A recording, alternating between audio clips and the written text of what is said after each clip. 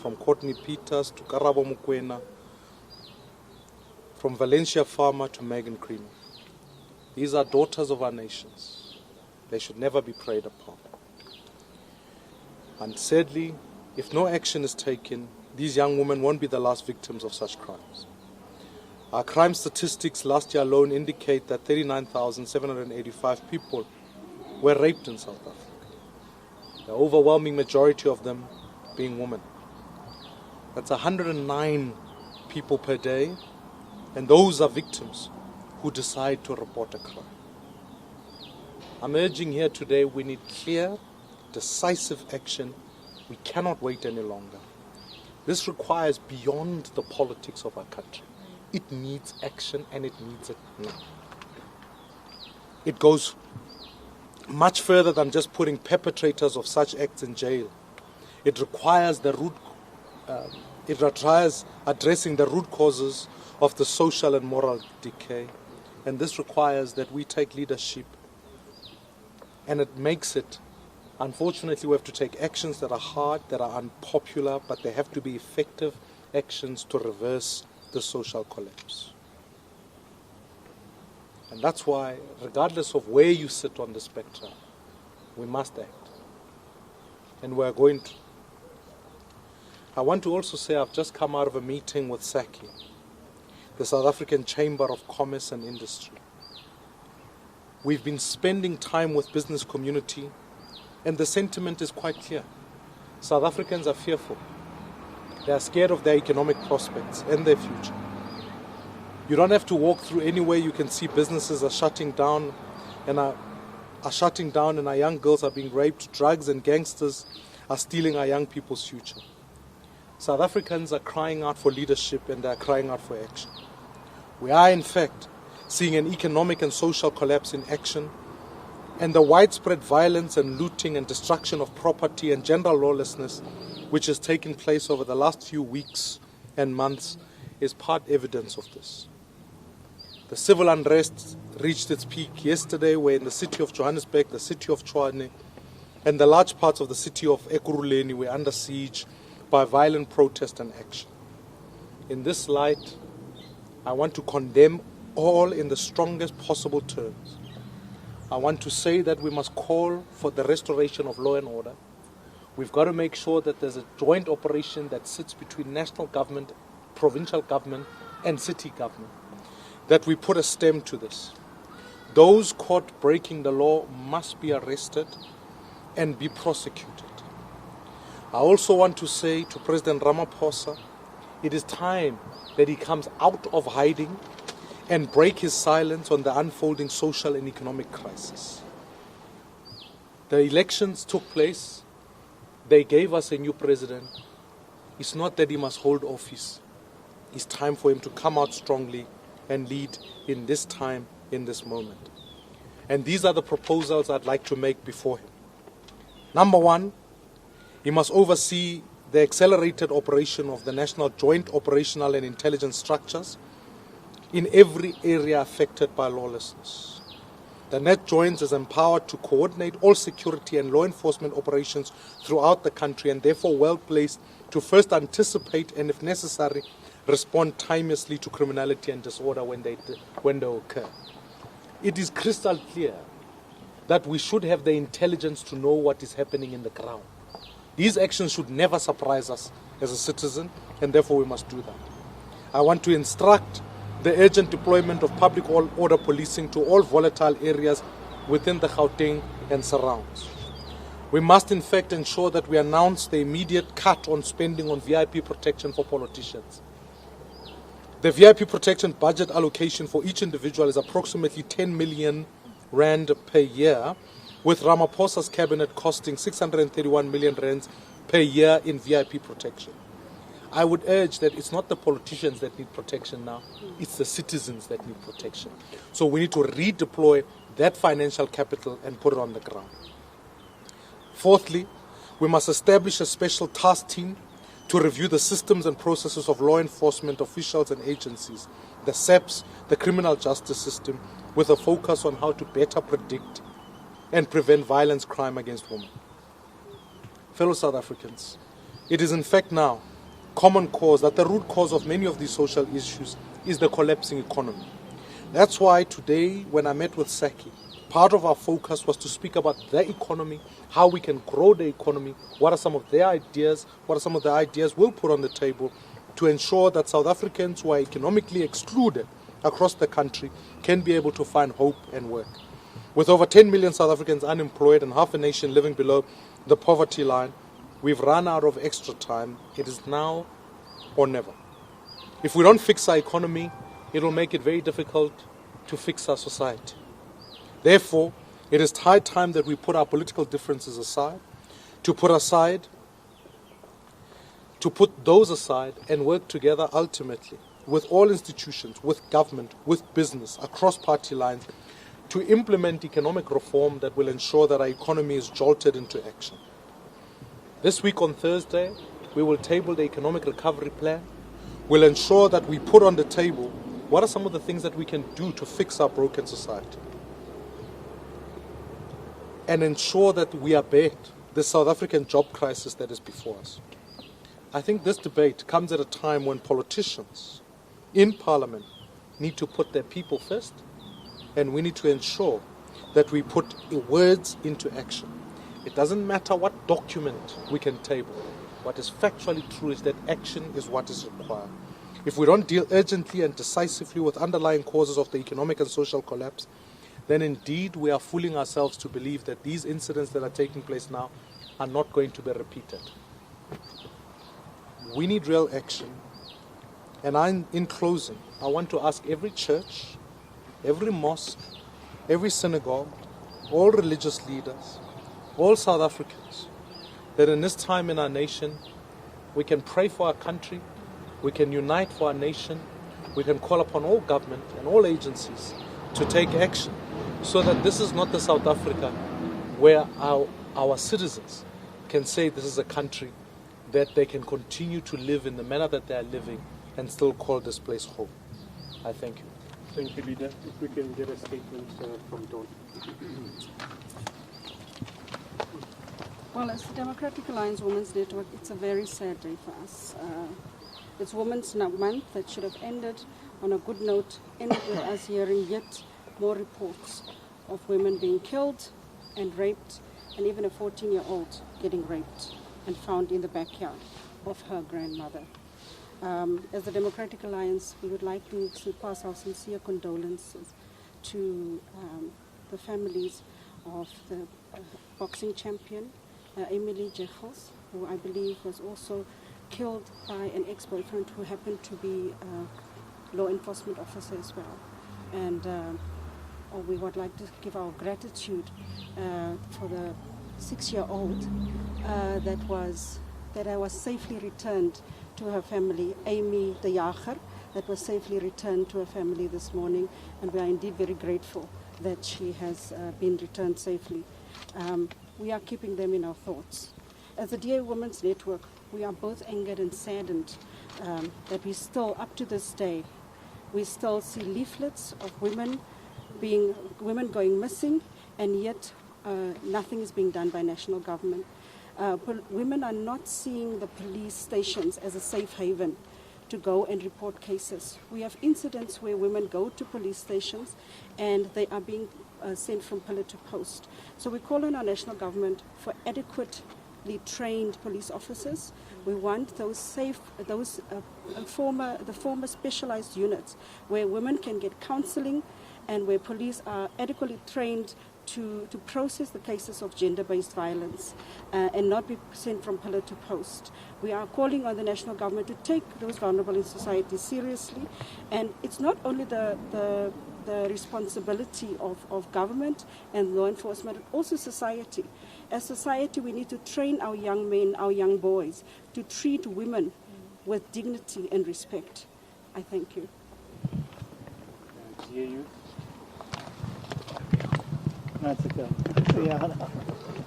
So on behalf of the DA Youth National Leadership, we'd like to send our condolences to all young women and also older women with regards to gender-based violence. We would like to actually speak to the ruling party and say that it's about time that we have legislative reform, that we speak to the real issues where women are not taken seriously in our communities, and the fact that on a national level, we need to ensure that the strategies and the policies and the legislations and bills are addressed towards ensuring that young people, and also women specifically, are catered for. We also understand that these issues are also because of the socio-economic issues in our country, and youth unemployment is one of the issues that we have as young people. As a DA youth, we understand that the government has the means in order to make a change. But right now, we are being failed in terms of our gender as women, but also we're being failed with regards to the solutions not being adequate. We have been working across the country, talking to young people as we're on a national road campaign, saying that we want to change in the system. We want to make sure that strategies are not only pro-poor women, but they're actually real solutions, speaking to real societal issues. And right now, we want the NYDA as well to actually go into this issue and understand whether does it have initiatives that speak to women empowerment? Does it actually ensure that young people are included in economic participations? So we as the DA youth will stand still and actually talk to each other about youth-led solutions. But when we go out to the communities, we want to ensure that government is responsible. And the Department of Women as well has not given us an adequate response. You can't go and play social media politics. You have to ensure that you address the issue and also know the root causes of it and actually give us practical solutions where women are actually prioritized in this country. We need to also speak about the South African Police Service. We don't have the adequate skills and training with regards to the policing that they actually do. Visibility is not strong. As a woman, I don't feel safe when I'm in the street. So we need to actually ensure that government is accountable and institutions that are there for social and economic change need to make sure that they actually address these real issues. As women in the DA youth, one of our main goals is to go out there and give solutions. And the solutions come from the youth, where you look at the skills bill, where you look at the jobs bill, the civil society, how we can work together. I mean, obviously there is a civil service agreement and plan that the DA has proposed to government that they can implement and roll out to alleviate the unemployment and the way that us as young people are actually living on the unemployment lines and living within the poverty lines of South Africa. You also look at how our police are equipped. In police stations, there is no equipment, or the police are not even skilled to deal with cases of sexual harassment and rape. We are in a crisis. Women in this country are living as survivors. They're not living as equals within our society. And that is where the problem is, that perpetrators get away. We don't even have a proper record that stipulates who the sexual predators are within our society. And it's for us as young people to stand up. And as women, we cannot continuously be marching in the streets from the capital in the city of Johannesburg and across this country saying the same thing without government actually implementing. All we're doing now is we're coming up with working documents, but government isn't implementing any of the strategies that have been offered by women, for women. And as well, you need to look at how the DA is looking at sorting out and fixing the unemployment crisis in this country, and government is not listening. And they're not listening because we're playing politics. The NYDA has failed young people. We have approached them before with solutions on how to ensure that the NYDA works as an agency for young people and not just for people who are connected. But they still have not even responded to us as young people. And continuously, we have debates about what it is that young people need to do. Young people have the solutions, and it's just for government to listen. The DA is offering those solutions through the DA Youth, and it's time that the politics end and people actually listen and implement the solutions that are there on the table. Thank you. We'll hear from Johannesburg, Tshwane, and then Witwa. All right, thank you very much. Get my arm sorted. Now, we want to... Sorry, can ask that you introduce yourself to some of the people you Oh, yes. My name is Funzin Gubeni. I'm the leader of executive business in the city of Johannesburg. I'm also the MMC of finance. I represent the executive mayor this morning, who had a pre-arranged event in the inner city at the FNB precinct. He's currently there launching the revitalization of that precinct, something that is we have been working on as a city, the inner city rejuvenation.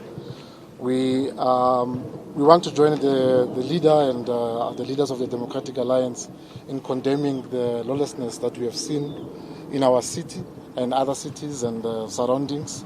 We have seen lawlessness even on the N3 highway, the trucks being banned there, leader and all that. We want to condemn that with the stronger terms. Our law enforcement agencies, we are calling on them to continue to working together. As I'm talking to you now, JMPD has close to 878 JMPD officers on the ground. The situation is a bit calm at the moment in the inner city. We do understand that sporadically the incidents are coming up, currently dealing with Alexandra. But we are ready. They're working very closely with SAPS and trying to bring the situation to order. We want to call all our residents to remain calm and to continue with their business today, of making sure that the city continue to operate and economically we are able to move to the next level. As a city of Johannesburg, there's a lot that we are currently doing with regards to investment attraction in the city. As the leader has already indicated, with the engagement that they are having with business here, we have those engagement on a daily basis in the city, and we are quite encouraged by business coming on board and joining us in the work that we do. As I've mentioned, FNB are recommitting themselves on staying in the inner city. Not long time ago, ABSA was doing the same, Liberty was doing the same. We want to encourage other businesses to stay in the city of Johannesburg so that we can be able to address the level of unemployment that we currently have. We have embarked, as I said, on the inner city rejuvenation, which we anticipate will create close to about 11,700 jobs. The work continues, and the private sector is taking interest into that, and we're hoping that going forward we'll see more of the private sector coming in, because we need to work together. Government alone will not be able to address the socio-economic challenges that we have in the country, and private sector is quite key, is a key stakeholder for us. So we must be able to then make sure that as government we make the environment conducive, making sure that at least the lawlessness is eradicated in our society wherever it manifests itself. So thank you very much, and we hope to engage with the questions later on. Thank you very much, Stephen Mukhalapa, the Executive Mayor of the City of Tshwane. Can I move this up? Please do. All right. Is it fine here? Yeah. Oh, okay. Stephen Mukhalapa, Executive Mayor of the City of Tshwane. On behalf of the City of Tshwane, we would want to condemn with the strongest possible terms the acts of criminality and violence that has engulfed the city from last week Tuesday and yesterday. We are calling for calm and restraint at this so that we can ensure that we find an amicable solution. We have established a joint operation team together with the SAPS and the Tshwane Metro Police Department, as well as the affected stakeholders, which are the taxis. We would want to find an amicable solution. We understand the plight of the scourge of drugs.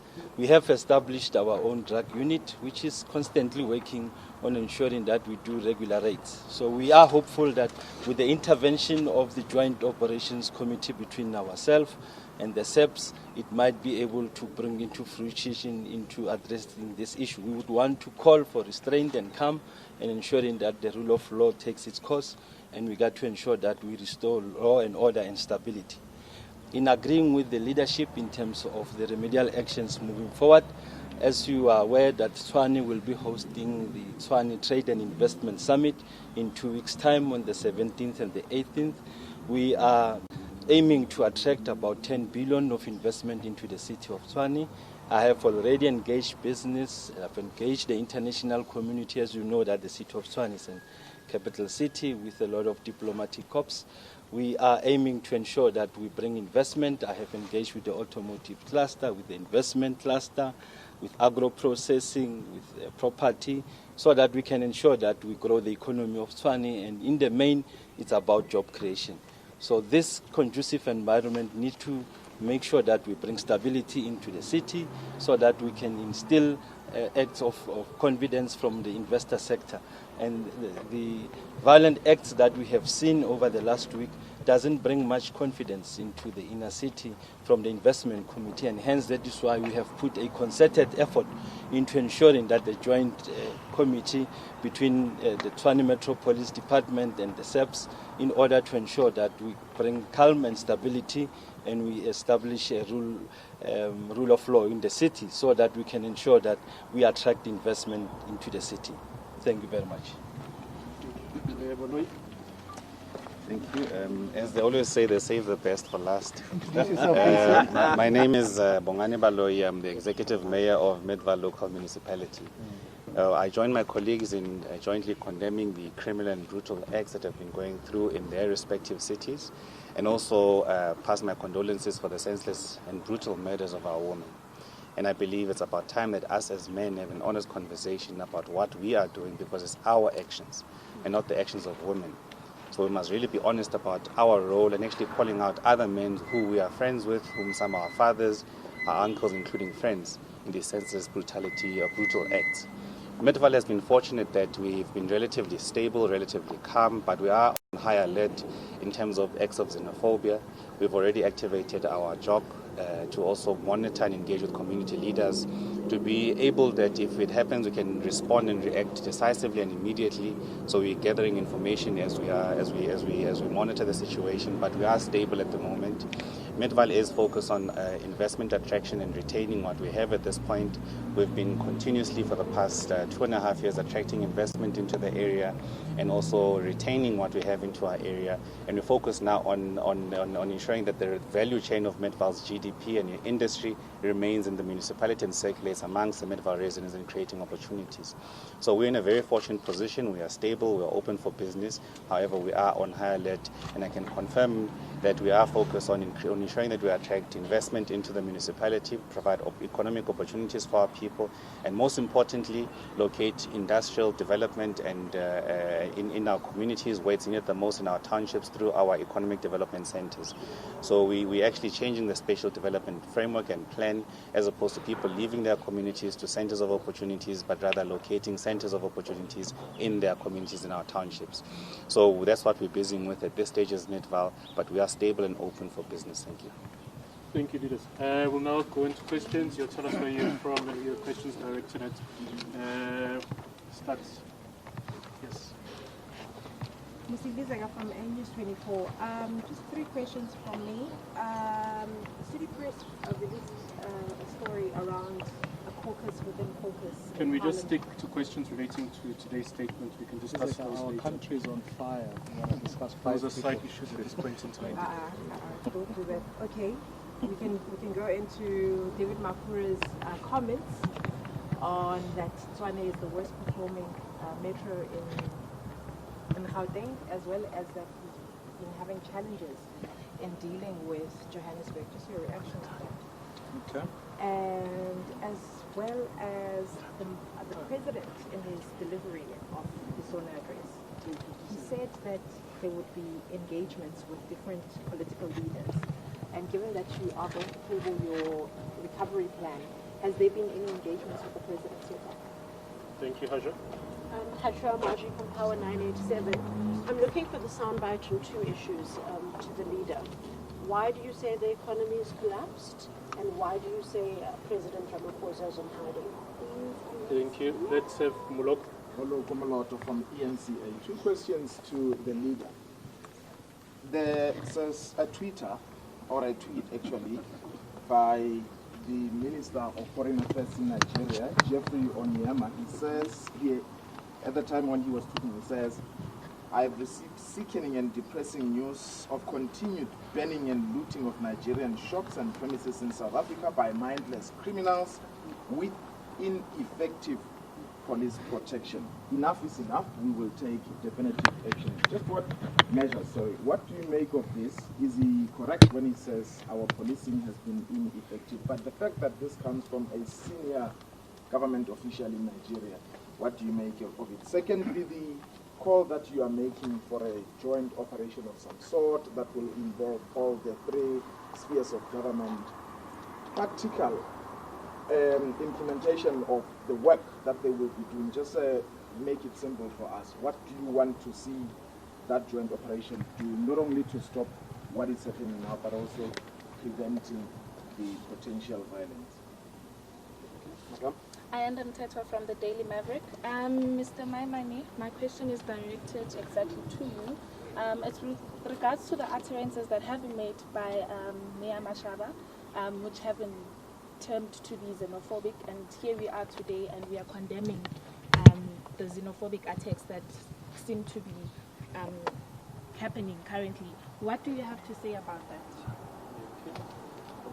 Natasha Kiriga from SABC News. Just in relation to Haj's, question about you saying President Cyril Ramaphosa must break his silence on the mayhem that's actually happening.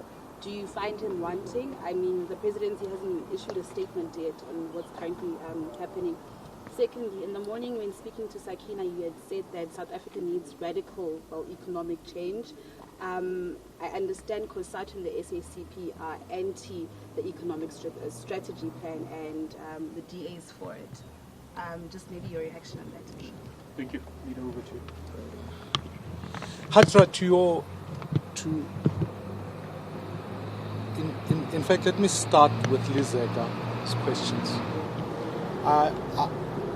I think it goes without saying the fact that we inherited a very difficult municipality in Tshwane.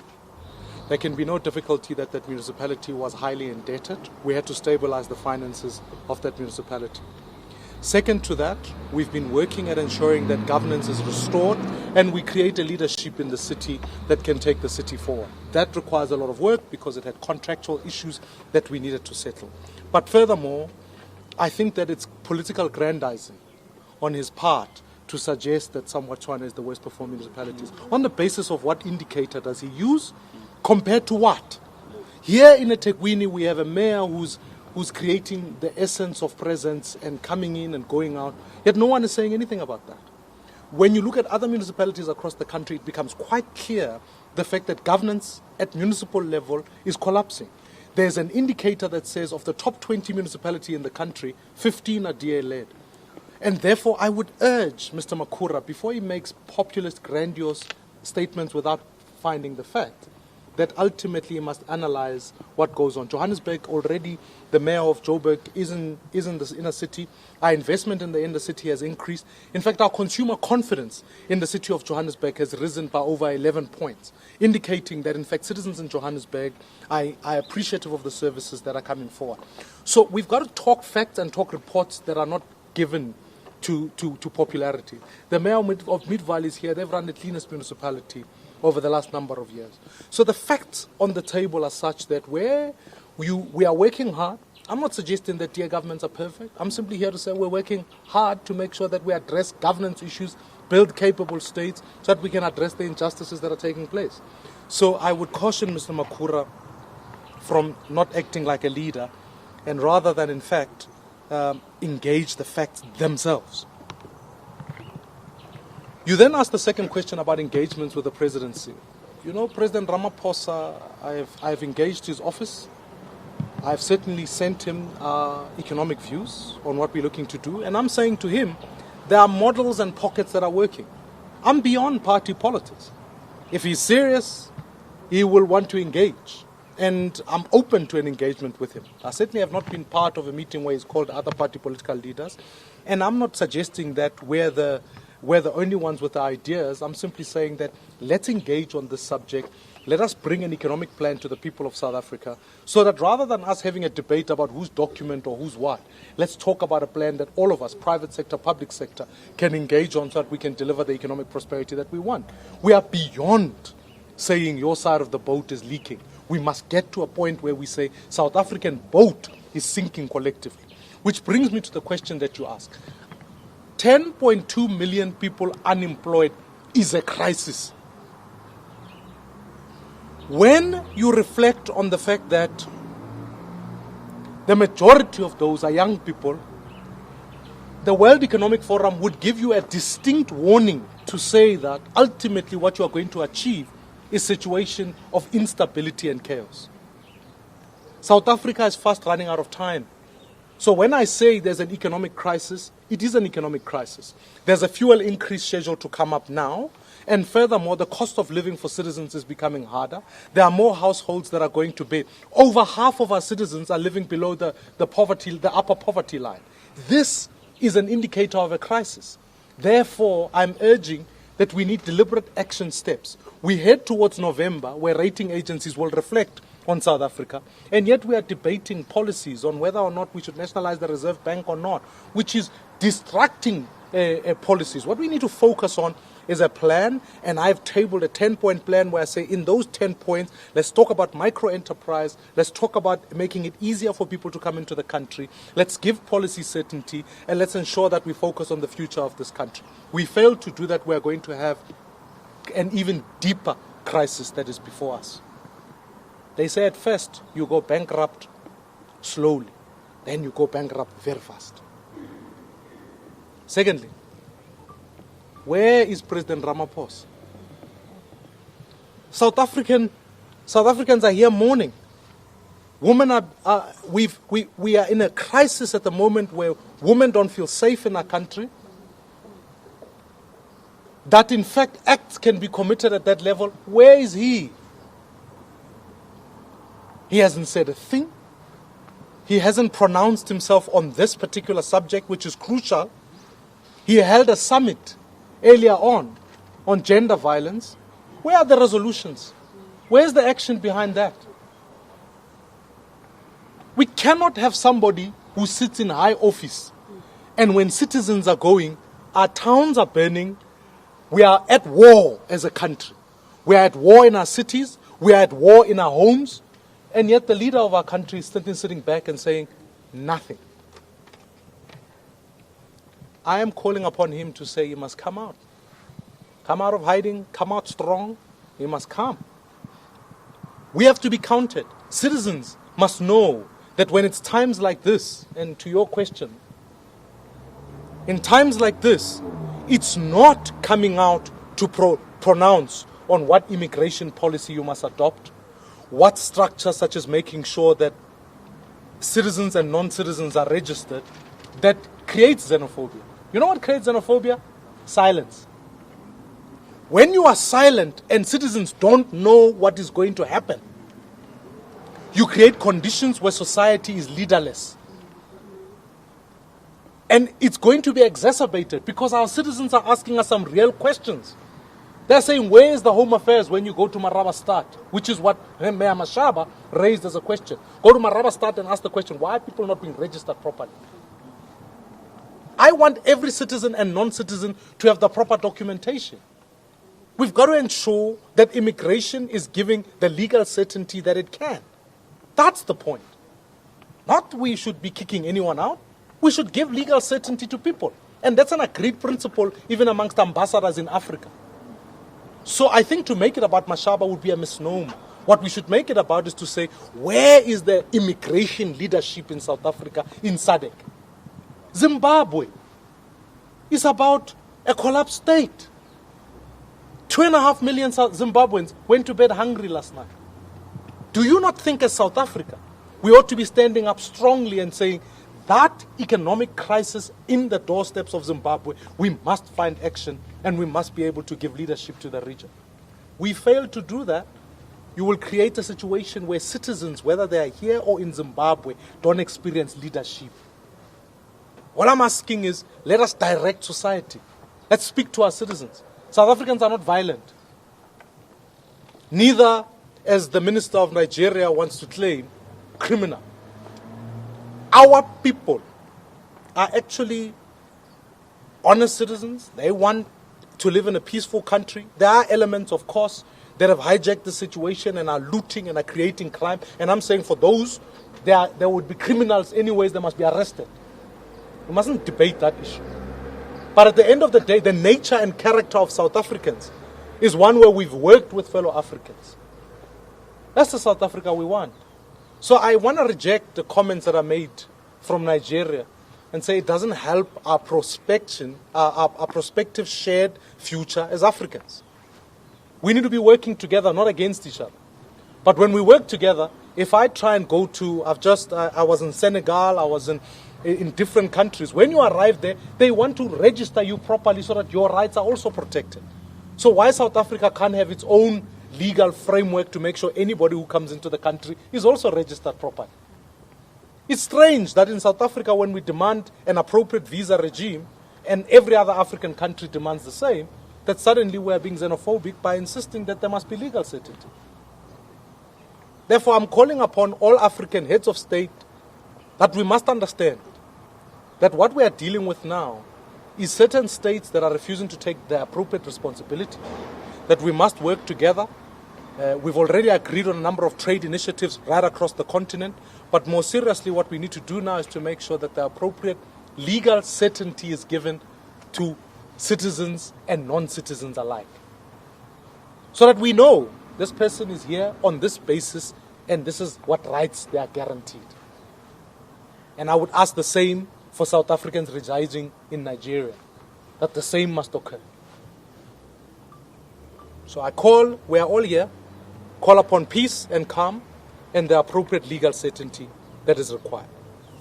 Moloto, ordinarily in any society, a crisis of this nature requires a multifactorial response. I'm calling upon a joint standing committee on this matter to do a number of things. One, we need to produce intelligence. Who are these people that are looting? Is it exclusively just a question of xenophobia, or what is the question on the table? Xenophobia is a fundamental hatred of somebody from a different country. That is not consistent with the character of South Africans. Therefore, we must deal with its root cause. We must look at whether enterprise development requires the appropriate registration and how that works. How do we ensure that the Department of Home Affairs accelerates a program of giving rights to citizens and non-citizens alike? How do we ensure that there's a fake efficacy in policing that not only sits at national level but comes down to the ground so that we can collaborate? You have deployed over 800 police, Joburg Metro Police. Well, where are the Gauteng police in that? And where are the national police? And how do we add the force together so that there's a proper deployment of visible policing coupled with public order policing that can be deployed to such areas? Where are the other variables that we can put on the table? We need a plan, and citizens need to hear on a consistent basis what action government is taking. Silence in this instance is not golden. It is in fact more damaging because citizens don't know. We want citizens to know what action their government is taking. And if they don't know that, then they can take the law into their own hands, which is the last situation we want. Let us be deliberate as a country now. We are facing a crisis. How much further do we want? So I'm calling for that committee to be able to do that, Moloto. Coordinate the efforts, communicate with citizens, and offer leadership so that our people know where they must go.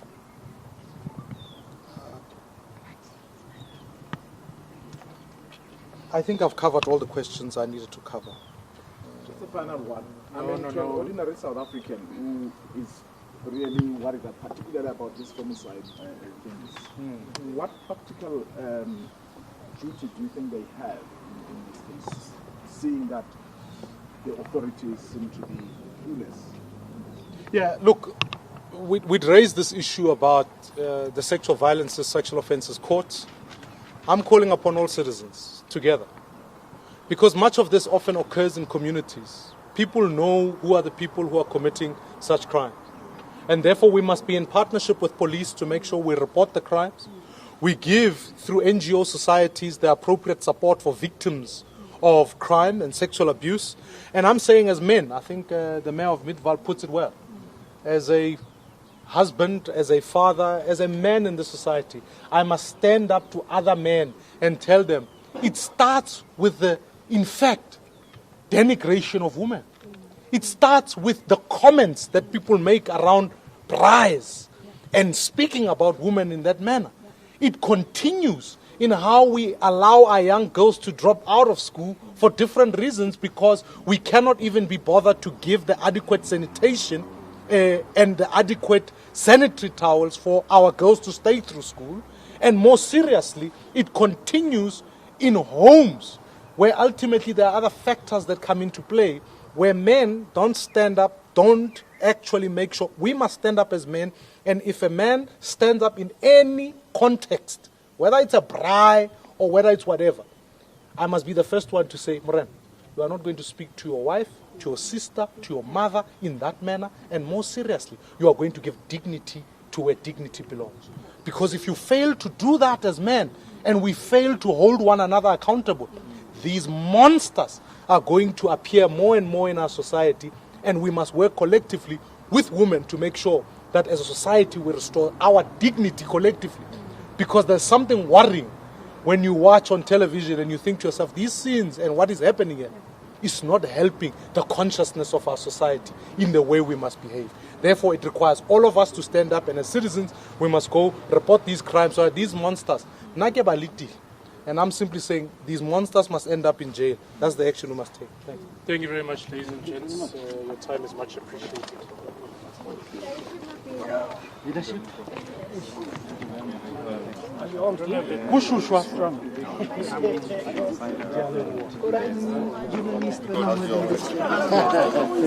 Selling mics, anyone?